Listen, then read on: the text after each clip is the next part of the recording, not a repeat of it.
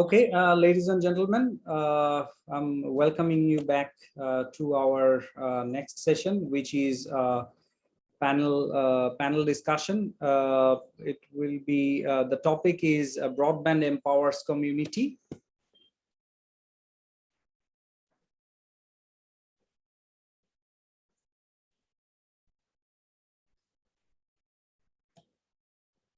Sorry, I think turn on my mic. So I'm starting again.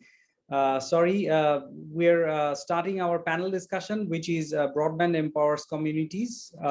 In this, we will show some of the case studies of how broadband was able to empower communities to survive and thrive amid the pandemic. So we have with us some of the distinguished guests. The first one is Undersecretary Revsee Escobedo.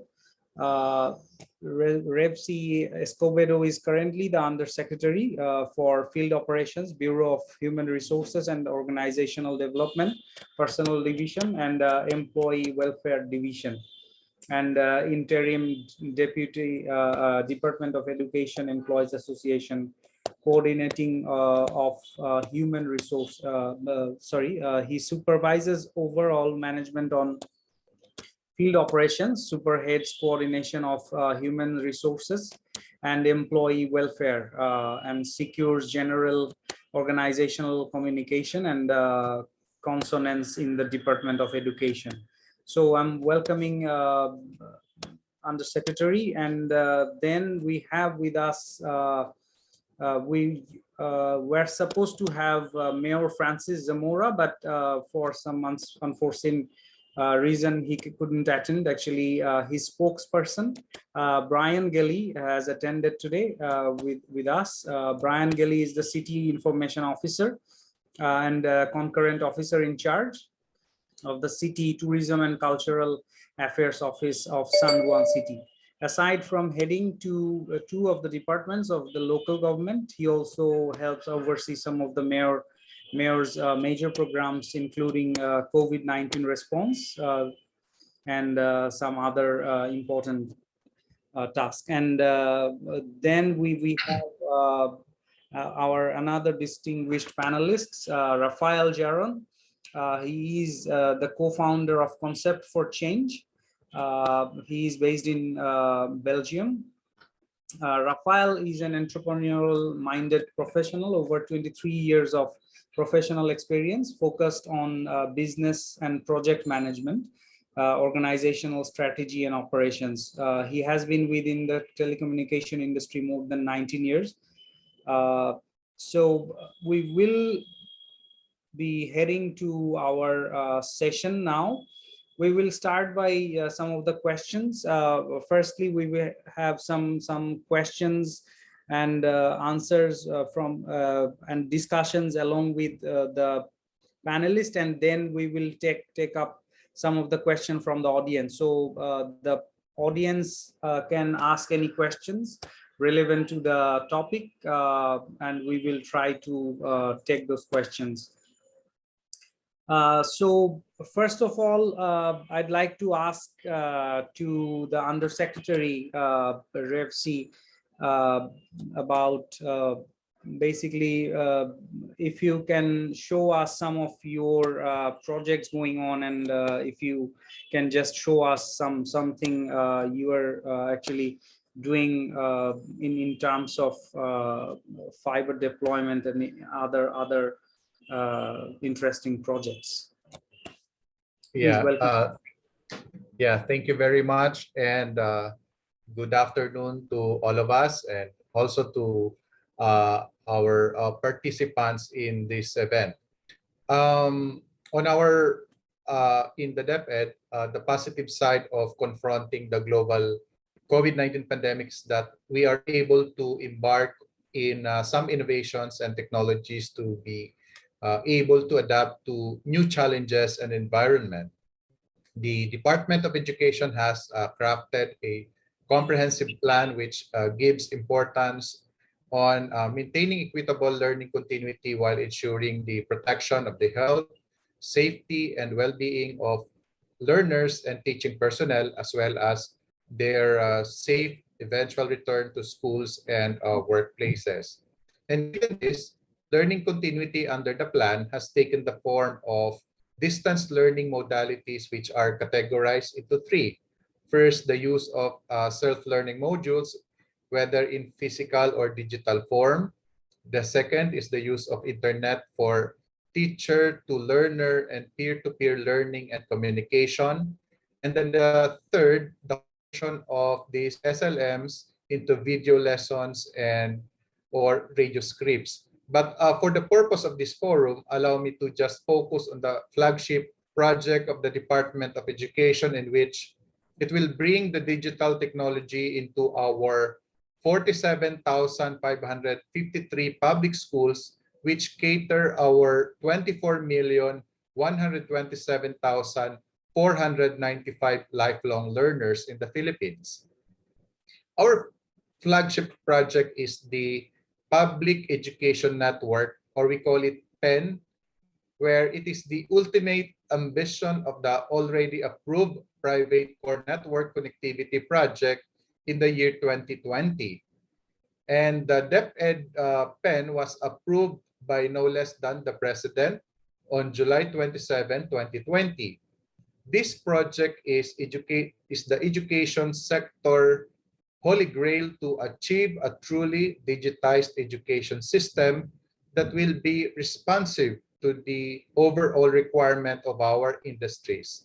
The physical element of our PEN project includes the physical link like fiber or cable, the upstream service provider, and downstream distribution throughout the school, satellite services, and private core network.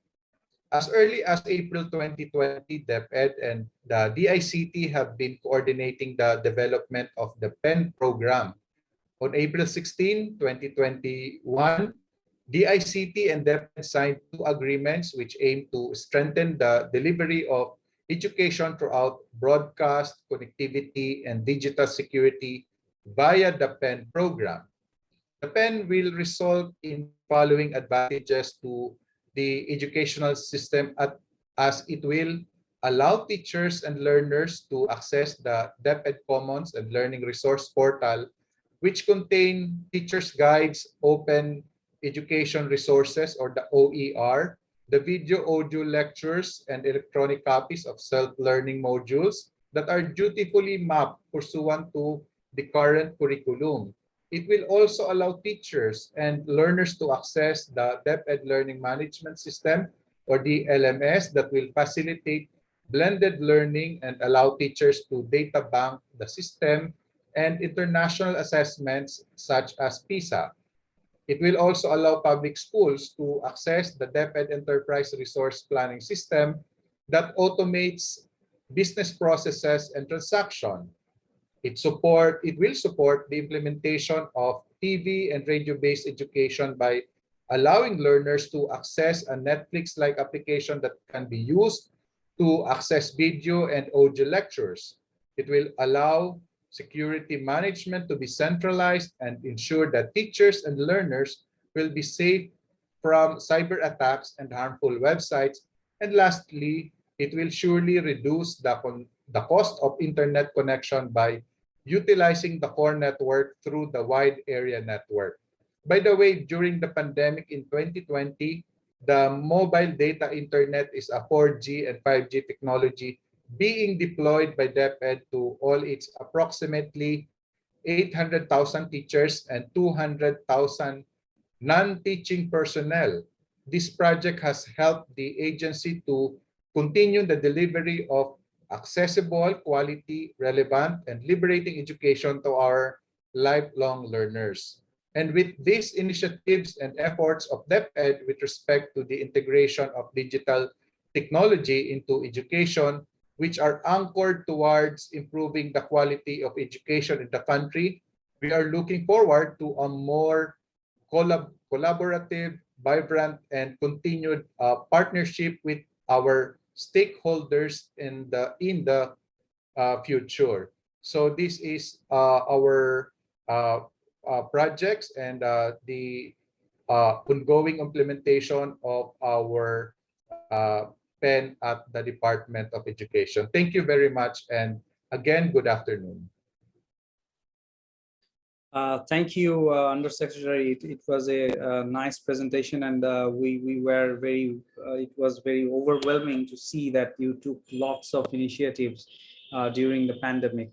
Really appreciable. So I'll now move to Brian Geli from San Juan City to make his short presentation.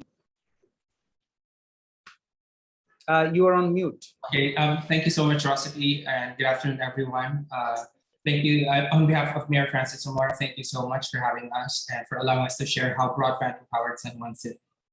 Very quickly, I'll go through our presentation. This is what the mayor wants me to present to you. First, in fighting COVID-19. San Juan City was considered the epicenter of COVID-19 epidemic in the country, in the Philippines, because the first case of local transmission was reported in the city. But with that, we took it as a challenge to actually fight the pandemic. And so as of this week, last count, we only have 2 active cases in San Juan City. We have 20,974 recoveries.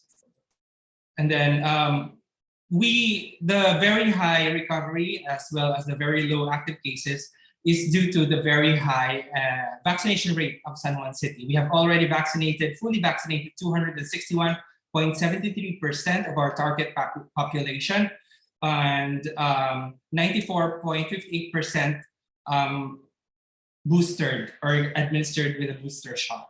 And then we're also planning to administer our second booster once we get or we receive the guidelines from the Department of Health. So our San Juan City is actually the LGU with the highest vaccination rate in the country and the first LGU to reach population protection or 70% of our target population last July 2021. So the president actually during his State of the Nation address mentioned San Juan, and we felt honored by the distinction. But for a backgrounder, before the pandemic hit, we actually already had a smart city plan for San Juan City. So we had agreements and partnerships signed with the DICT, the PLDT and SMART, as well as Globe, to provide free Wi-Fi in our public spaces. So we already had that even before the pandemic hit. So that helped us because when the pandemic hit, we were actually able to provide internet access to our constituents. We have, at the moment, we have 338 public access points in the city, and 85% of our constituents are able to enjoy free Wi-Fi from DICT, Smart, and Globe. And then we have speeds of up to 400 Mbps. More public access points are to be installed, so more people will get to enjoy the free Wi-Fi for all in San Juan City. And when the lockdowns were implemented, people had Wi-Fi in their communities, which helped them connect with friends and loved ones. So our partners were Globe, which provided us with free Wi-Fi for several months. And then PLDT, of course, helped us with our call center solution through the 137-135. They provided it to us for free. And then now we've converted it into the San Juan City Hall trunk line. So if you need to call us, contact us with any concerns regarding city operations, just call 137-135. And then they also provide us with free internet in our COVID-19 isolation facilities, the Kalinga Center, Tagapay Center, and the San Juan Medical Center. So PLDT and SMART also provided free Wi-Fi access in our public spaces. So we have free Wi-Fi in Pinaglabanan Shrine, San Juan City Hall, Agora Market, San Juan National High School, and the San Juan Medical Center. They also donated a 4G modem. Converge, on the other hand, provided us with free fiber optic internet connection at our major vaccination sites. So Phil Oil Arena, the Theater Mall, the V Mall, where we're able to connect with fast fiber optic internet to VIMS and DIVAS, thereby increasing our vaccination pace. We were able to vaccinate not just our constituents, but also residents and workers from other local government units. The ICT provided free Wi-Fi in our public spaces, like the barangay halls, the markets, SJMC. And then we also got free and fast fiber optic internet in our main vaccination area, which is Phil Oil. The ICT also piloted VIMS, DIVAS, and VaxCert PH in San Juan City. So before other LGUs were able to get those, we already had them here in San Juan City, which helped us increase our vaccination rate from just a few hundreds per day to over 4,000 a day, thanks to the fast and reliable internet that were provided to us. And then, of course, we had education in times of COVID-19. This one earned an award from Galing Po, and this is mainly due to the programs that the mayor had for San Juan City. Part of it is the distribution of 1:1 laptops to all our teachers in San Juan City. We had 375 public school teachers, and everyone was provided with a laptop. And then we've had excess units on standby so that if we have new teachers, then they also get free laptops. And then when the pandemic hit, our DepED, the Department of Education, San Juan City, had all these programs to help our parents, teachers, and students. We have for mental health, a program for mental health. We had for positive vibes. We had an online kamustahan. So we made sure that all our teachers, students, and parents were okay during the pandemic. And then before we had our online classes, we already had our simulation so that the kids and the parents already knew how to connect to the internet and to our LMS. And then, of course, we also had other materials made available online so that our children and the kids can get additional materials on the internet.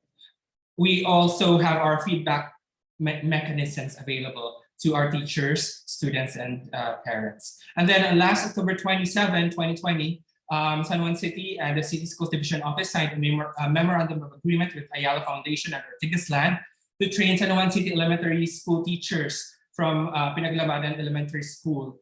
Our teachers attended the coding training since 2020 and up to last month. And then last month, we actually had our pupils from grades 3 to 6 attend the Coded Kids Camp.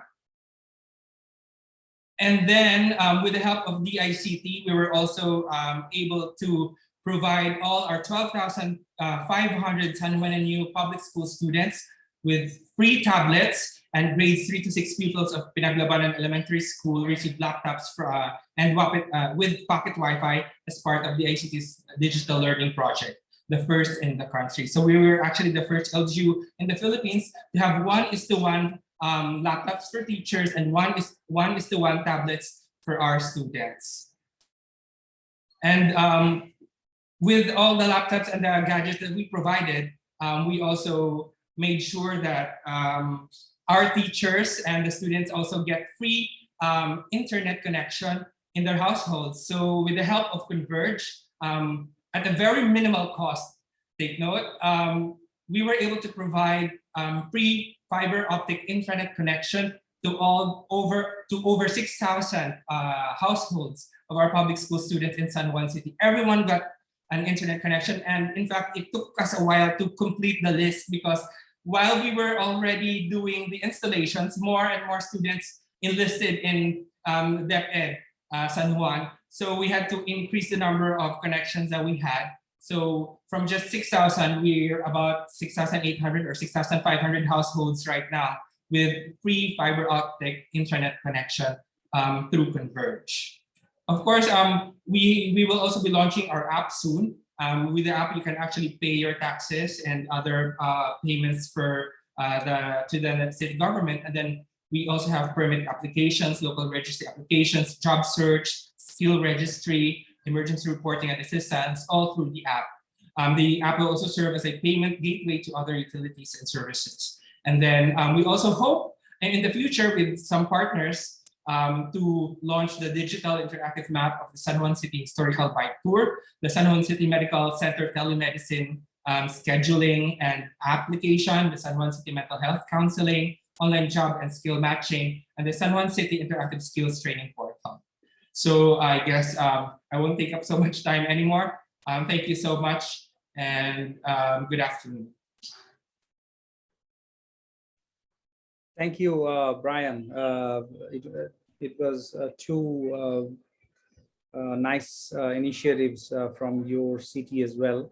So we will come to you later on. And now I'd like to welcome Rafael, if you have anything to show us. Okay, thank you very much, Revsee, and welcome everyone also from my side. My name is Rafael Gerald from Concept for Change. I'm the founder of Concept for Change. And I think Concept for Change is a little bit the odd one in this round, because Concept for Change is a non-profit organization which runs research and development projects, works with schools, universities, but also has local programs in place with communities. Also in the culture area, we're working with different people and groups together and do over-the-top other activities. So we are here in this group because we work with the people, and communities are the people. And as we are on the Philippines Virtual FIBERTalk, I'd like to bring one example which we had last year, where we as Concept for Change were running a project, a communication project with a school from Germany, and everyone thinks Germany might be well developed. And we had a virtual interview session with Her Honorable Maria Teresa Dyson de Vega, which is the Excellency, the ambassador of the Philippines to Germany, for an interview. And I had one student from the school who couldn't connect, and she called me then on my mobile phone, and literally she was crying. So what does it mean? Broadband empowers communities. Broadband need to empower the people in the community. And even in development countries, just a single connection can make a little girl cry. And I think this is amazing to understand. And only broadband can solve this issue to make the community, one community, be connected. So you're wondering probably why we are here. We as Concept for Change, as I said, we run research and development programs. And one of the programs is related to the digital divide and digital inclusion. We see those two programs really integrated. Based on those programs, we talk to different communities, to operators, vendors, investors, even to people, work with businesses, work with schools, attend like we are here with the FTTH Council on this FIBERTalk, attend events and forums to absorb, include information, and help then communities and other people to talk about broadband, how to connect, how to work, bridge the digital divide, how to make digital inclusion happening. And we are working globally, and we are in the area of different countries, continents even, and talking with those people. We see what's happening in communities, like in the US, where Chattanooga basically, where they started 10 years ago with broadband, 1 gigabit to the home 10 years ago already. They made a huge amount of growth for the community. They got Amazon, Volkswagen, and others coming in, building businesses, creating jobs, changing the landscape of the city. Or if you look at Ireland, there was a small island which has a homecoming project where the community was getting down with the amount of inhabitants. And with broadband, they enabled new options that people came actually back home to their parents, to their home island, and starting working from there, not just for a week or two during holidays, but they stayed for 3 months or even moved back with their families. So you see different communities have different needs, and broadband can enable those communities to enable the needs that people have to stay, to live, to be happy in those communities. To close my introduction, basically, I'd like you as well to register for our upcoming digital design survey. You can link or click on the slides when Revsee shares them. But otherwise, I think we're here for a panel discussion and not for just talking about Concept for Change. Revsee, back to you.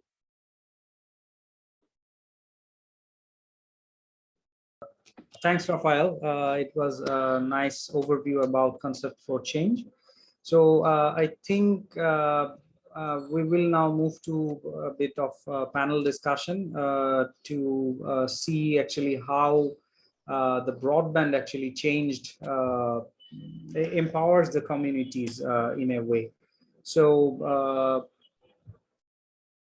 my first question would be to your Undersecretary about we saw some of your interesting projects. So how basically those projects empowers those communities and at least maybe specifically improve the life of students as a whole, and what is the impact to the future generation, do you think, in your perspective? Thank you for that engaging question, Revsee.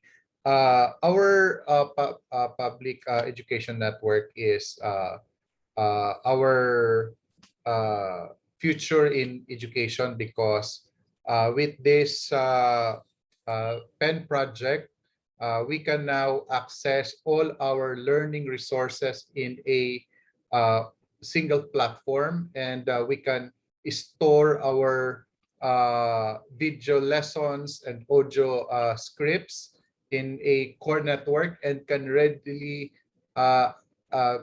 be accessible to our learners and teachers. And this can save more money from the instead of producing or publishing manuals, textbooks, we can now access it from our learning resource portal. And with the interconnectivity from the DepED offices and schools, we can also fast track or expedite our business transactions and processes. So we can easily transact business by using our digital platform, and we can use the digital platform in the delivery of lessons to our learners. So with this project, we can say that this is an effort or initiative towards improving the quality of education by giving them access to all the lessons and to all the learning resources available from our agency. Thank you, Revsee. Yeah, very, very nice to hear actually that lots of things are happening in Philippines, specifically by your initiative. So I'd like to now move to Brian Geli about the smart city initiative you took. So actually we know that smart city is a hot topic now, and lots of APEC countries as well as outer developed countries also actually moving towards creating some of the smart cities.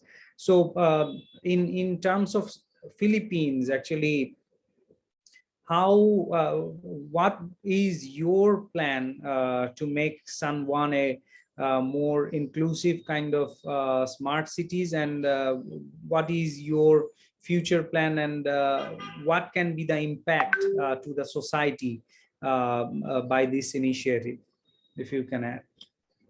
Thank you so much, Revsee.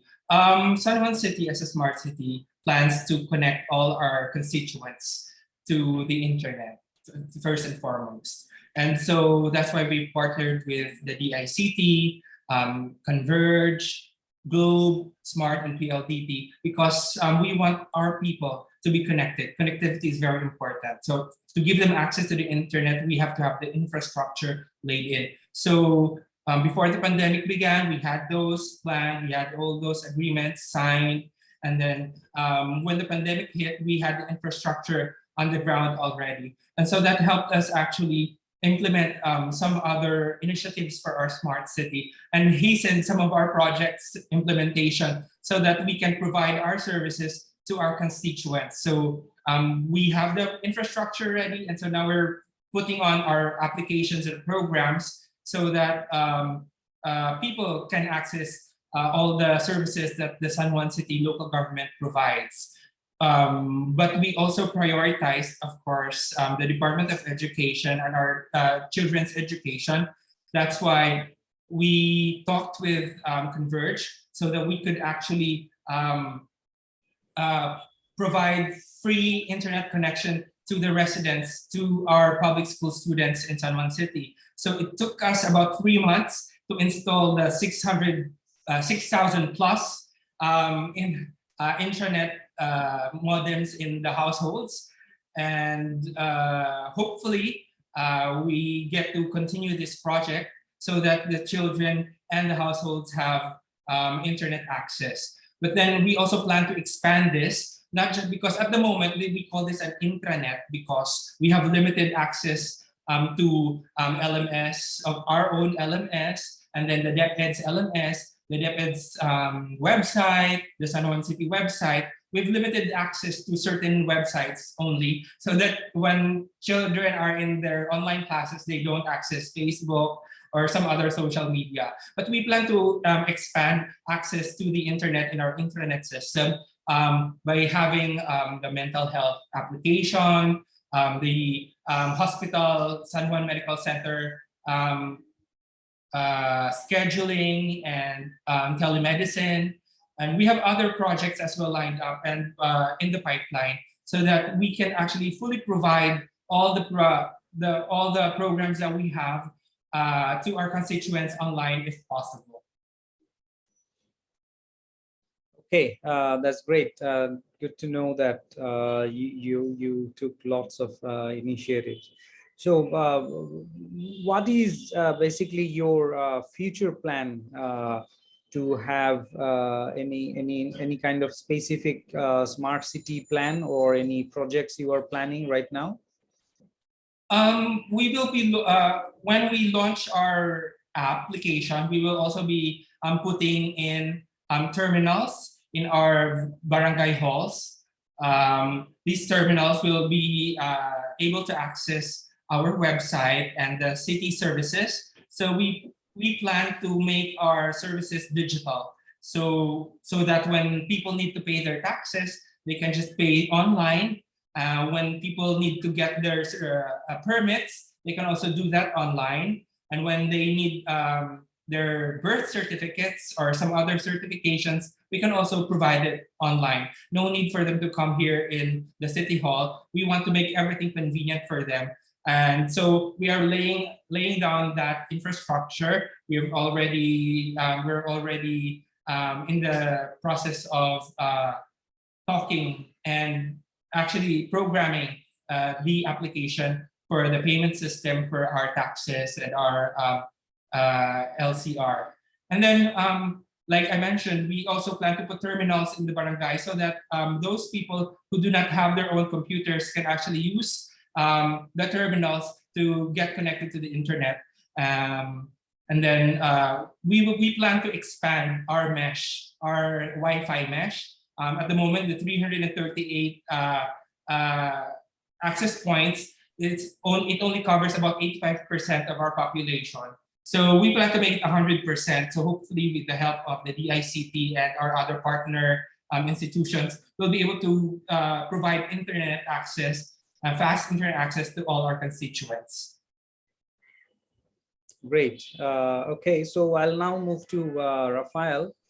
Would you kindly give us some lights?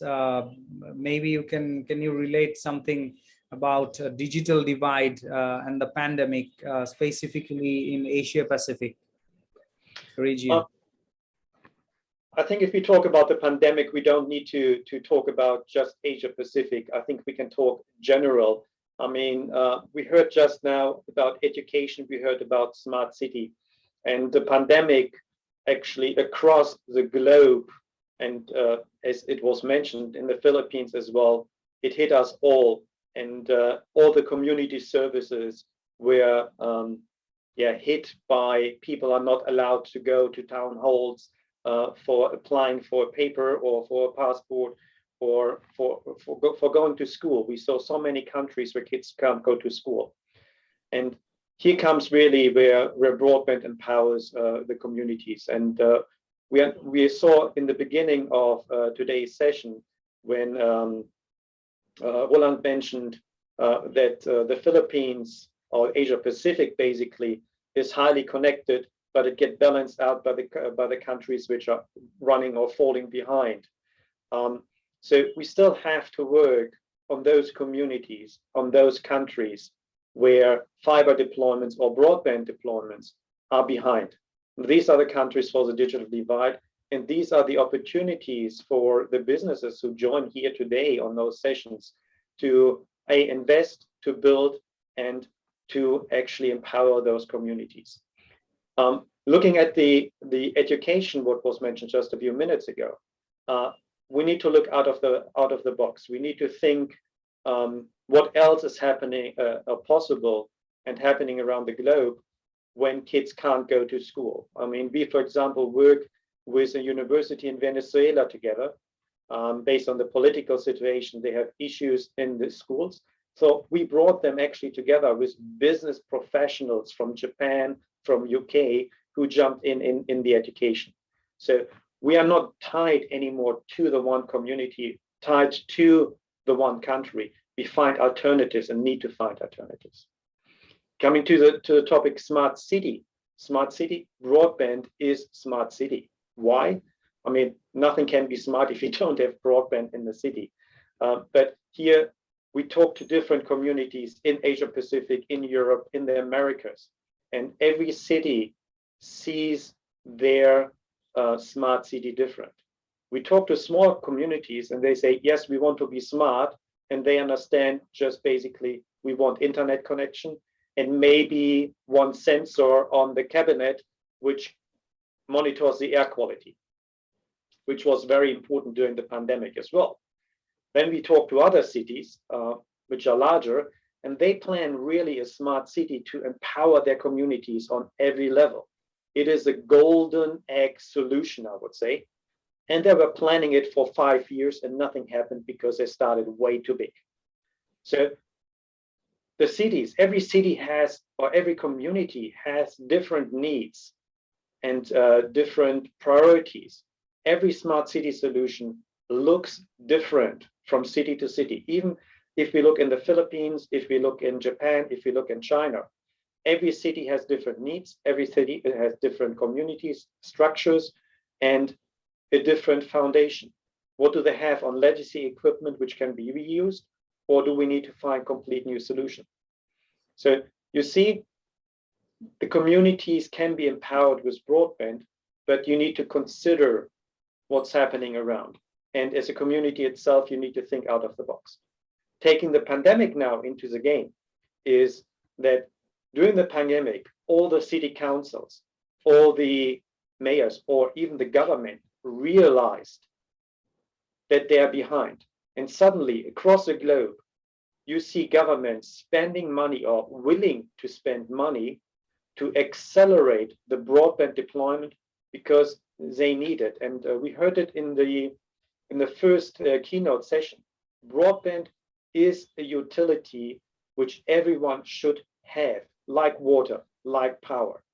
And only when this is given, we have the communities with a future to be part of the economy of the people in the world, we have to say now, because broadband doesn't know any borders or limits. Great addition to the panel, Rafael. So I'd like to move to Undersecretary Revsee again. So as Rafael added, actually,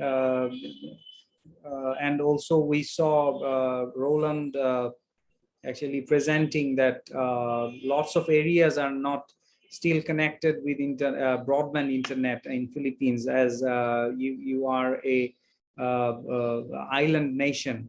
So what from your department is there any plan to eradicate the digital divide in maybe coming 1 or 2 years? Yeah, thank you very much. Our pen project is will be implemented in 3 years, and this project will be divided into 6 phase.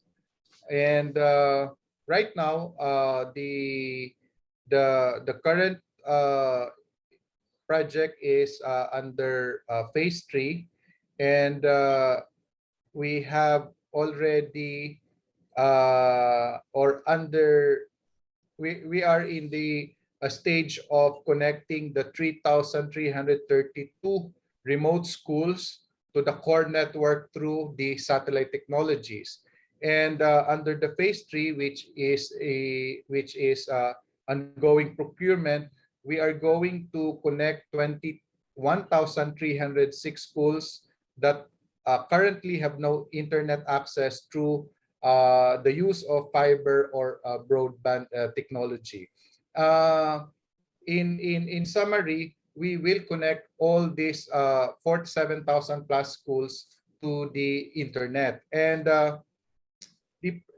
this project is very much beneficial to the education sector, because we will with this connectivity project, we ensure that the learning of our learners must be, or the learners are in our the learners are learning even if there are disruptions, or even in the time of pandemics. The our learners can access our video lessons, our learning resource, the audio scripts, and they can do online because of their access to the internet.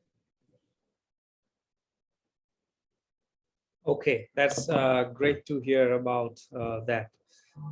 So I'll move to Brian now. That as you did lots of things even in the pandemic, actually made happen lots of real projects to actually work on the broadband and smart cities. So what specific challenges actually did you face that time, even in terms of bureaucracy in government and other kind of things, plus maybe some internal challenges? You'd like to share some of them? Specifically for fiber deployment and smart cities initiatives. A very good example is the installation of our intranet connection in the over 6,000 households in San Juan City. The primary problem that we had was the list of students and their addresses, because it kept on increasing and increasing. From initially, it started with just about 5,600 households. And while we were installing, several other students went back to school, enrolled, and said, oh, we also are students of San Juan City. And then we had a lot of transferees from the private school that moved to the public school during the pandemic, because parents then decided that it was not worth it to pay that much for private education when they don't have face-to-face classes. So they moved to public school, and we were providing tablets and free internet connection. So the numbers kept on increasing. So that's the problem that we had. And then the addresses weren't accurate. And then some parents were, understandably, some parents had concerns about our people who were installing the modems at their homes, because it was, in fact, the height of the pandemic.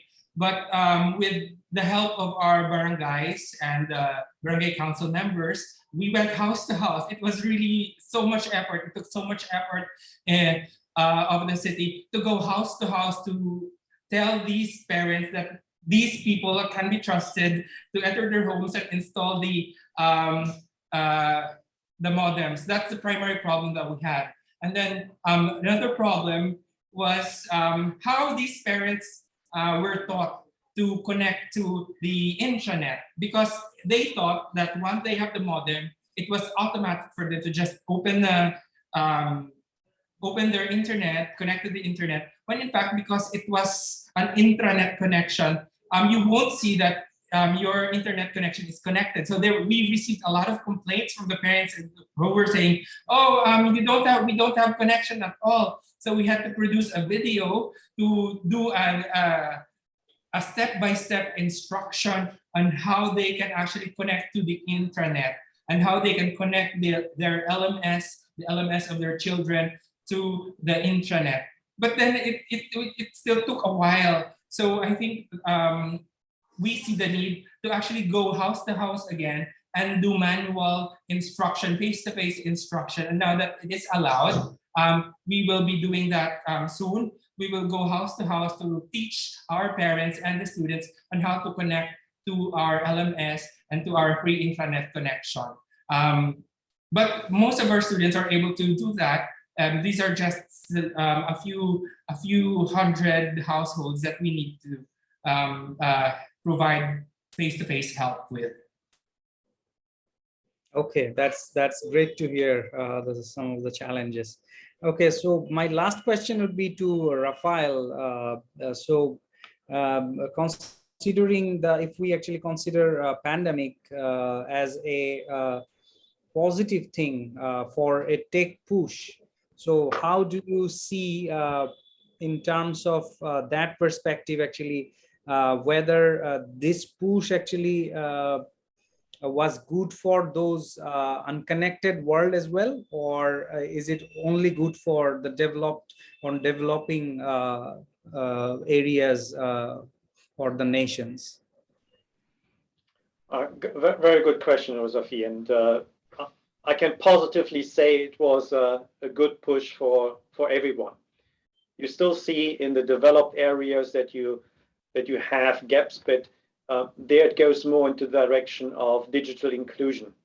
But the big push during the pandemic came really to connect the unconnected, to really support from a governmental point of view the deployments in rural areas, where usually the big telecommunication companies do not go by themselves because the business case is just way too difficult and will just not add up. So why going there if you don't make money, right?